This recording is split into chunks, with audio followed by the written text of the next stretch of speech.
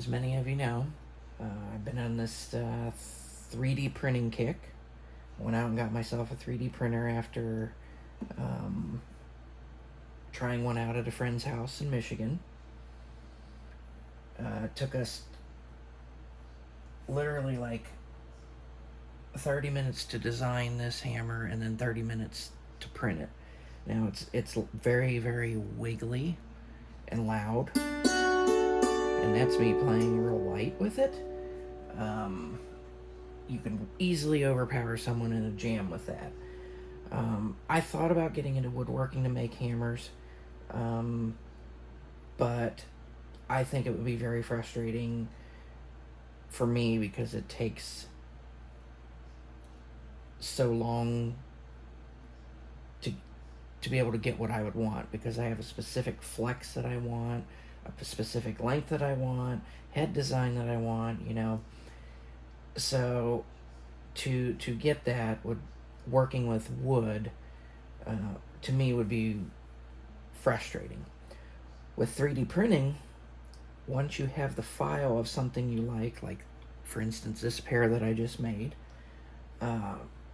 as long as you have that file and as long as you save the design in the computer in case something happens to the printing file, you can just print and print and print. So if I'm playing along and I break one, or because with this material, the PLA stuff, if you leave it in a hot car, it might deform or what have you. You can just print another pair. And that's the big thing for me. I have a couple pair of wood hammers that are absolutely perfect for my playing. And the guy that made them passed away, and I can't have them made again. And I'd be devastated if something happened to those, because there's no way to get those back, because he's not around to make another pair, you know. So I got really into this idea of 3D printing, and it's turning out to be really awesome. I think I may actually make hammers to sell. They will be a very simple design like these, or I'm gonna work on a double-sided version of these, which I do like the round head because you can easily adjust the inner hole to adjust the weight of the head, so you won't get as much of a thunk. But I'm also thinking about, just because I'm really like this shape, I'm thinking about in the software duplicating this on the other side, so that way I can have a felted side and a hard side, and then I can put a hole in the middle to keep the weight the same, so they still have the same flex and the same weight. I'm discovering a problem with trying to put felt on something like this, though. Felt or leather.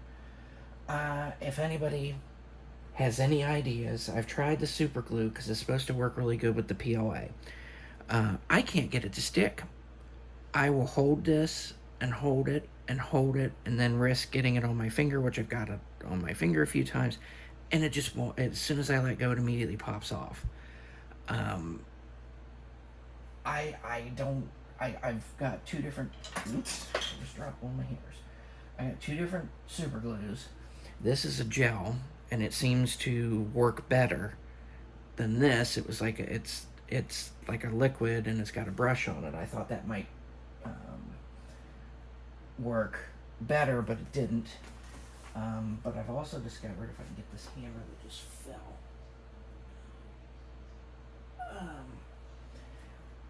the felt that I bought seems to work very well with the gel. This adhered really well.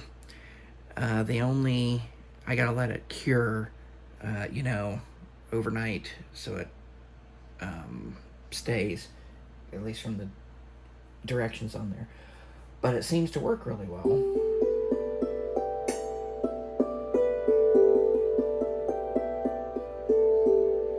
because I want a softer practice sound, and I want a pair for my hammered Mbira, because I can tell you right now, hitting the metal bars with this will, to my ears, will sound horrendous with the very bright overtones. Other people might like that. They might like the really high pitched bright sound. I don't. I prefer the more felt better for playing the Mbira. But yeah, this 3D printing stuff is awesome. I just designed this Swiss grip tonight to work with these, because I really like the Swiss grip. I get a with these. I had mentioned on Facebook that I want to dip the handles in that hammer grip stuff, like the black hammer grip, because because it's plastic, they're very slippery. With this particular design, with the Swiss grip, I don't have the slippery problem.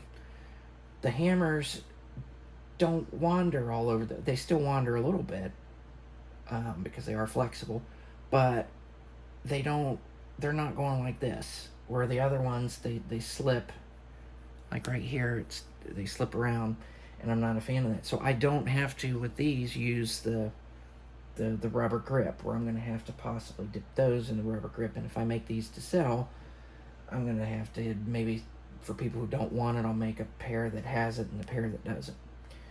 So the sound of these hammers, though, they sound to me very much like wood. They're very bright. And like I said, if I could figure out how to get stuff to adhere, and to where I don't have to sit there and clamp it or hold it for 5 hours, you can get a lot of the felt sounds, the leather sounds, all of that. But let me play some stuff. This is what this sounds like. And I'm playing softer, because I do think there are people asleep in the house, and I'm going to edit in some videos of the Dutch Hop Dulcimer, because I made a pair. Are they up here? Yes. This is the Dutch Hop pair that I will discuss in the edit into this video. Notice the head. The big difference in the head, and that has to do with the string spacing, which I explained in the other video, well, the edited in video. I'm going to make, since this grip, this Swiss grip works so well so far on these, I'm going to modify the design of those and do the Swiss grip on those. And that will actually be, because I think when I watch the Dutch Hop players, they play with the grip like this. Now, I don't know if it's designed like this, or they just have like a standard American grip that they just grip like this, because I see a lot of players use a standard American grip. But I'm going to design that into those. But yeah, let me play some stuff. I'm out of practice, so that's another thing about making these hammers and trying them out. It's forcing me to practice and play stuff, because I want to hear what the hammers sound like.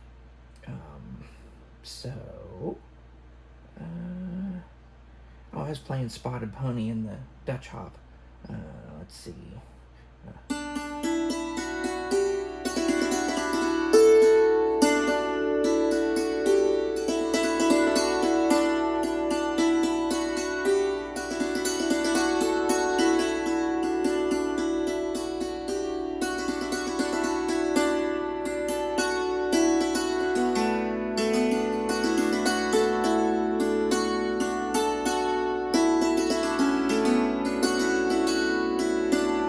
Very, very rough, but that's something I've been trying to learn,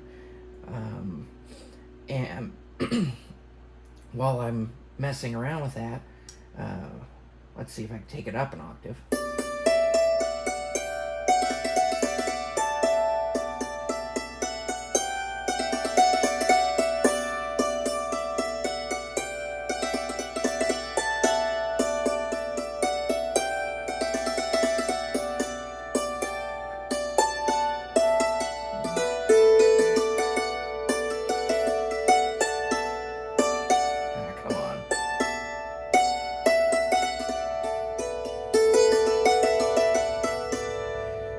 hammering pattern I gotta figure out on that.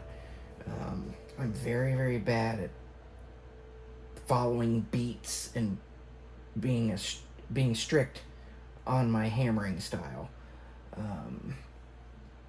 I think I was trying Magpie in the one video.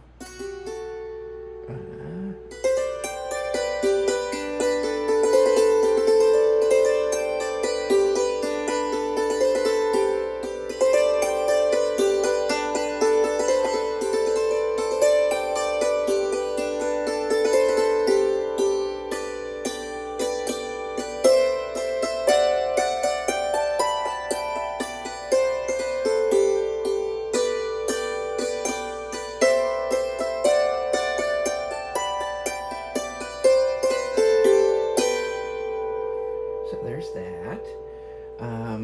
With the flex on these, I can get the bounce that I really like to put into some songs. Like, let's see if I could do it in Forked Deer.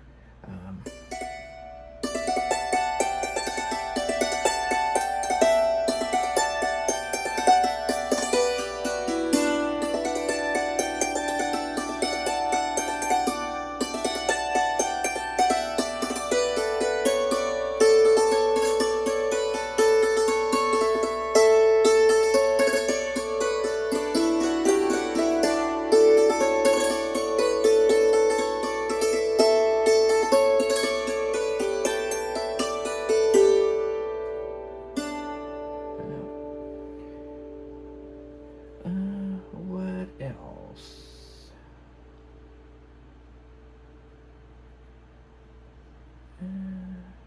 Oh, the length on these is great for grabbing that G sharp that's way up there if you're playing an A, or in this case for this tune, E, Menopausal Fridge.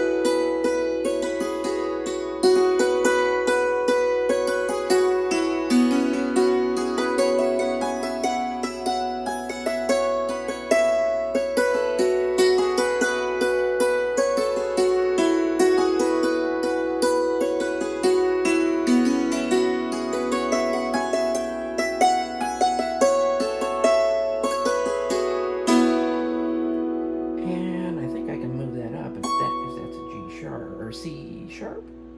C sharp? Let's see.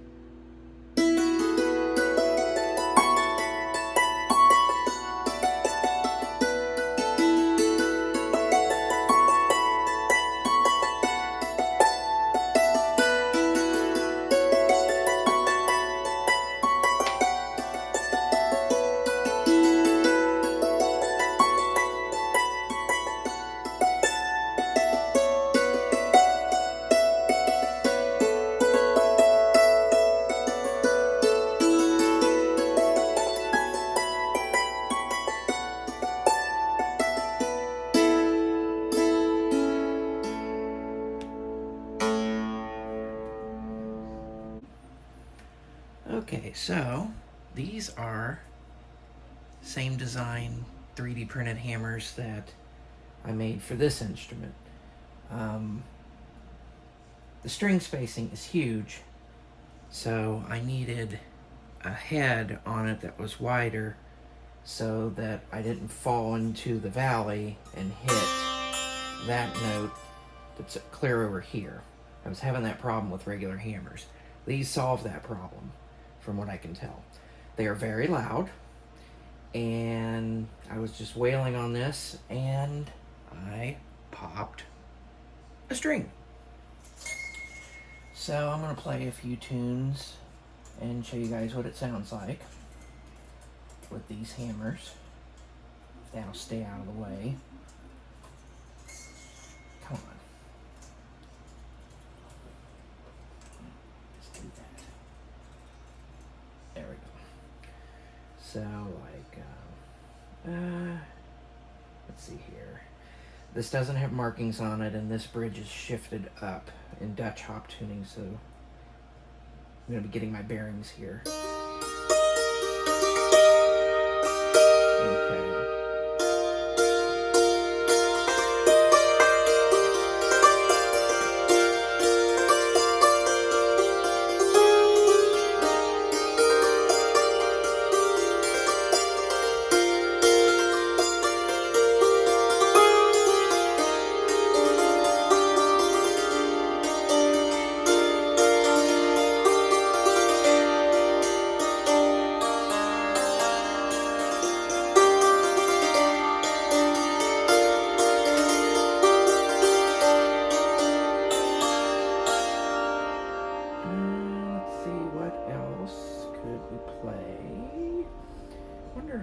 Picking the berries. Oh, also, this is tuned half step up as well. So, like, this is G sharp. So you're technically playing in A flat if you're playing in the G box. So, like, so.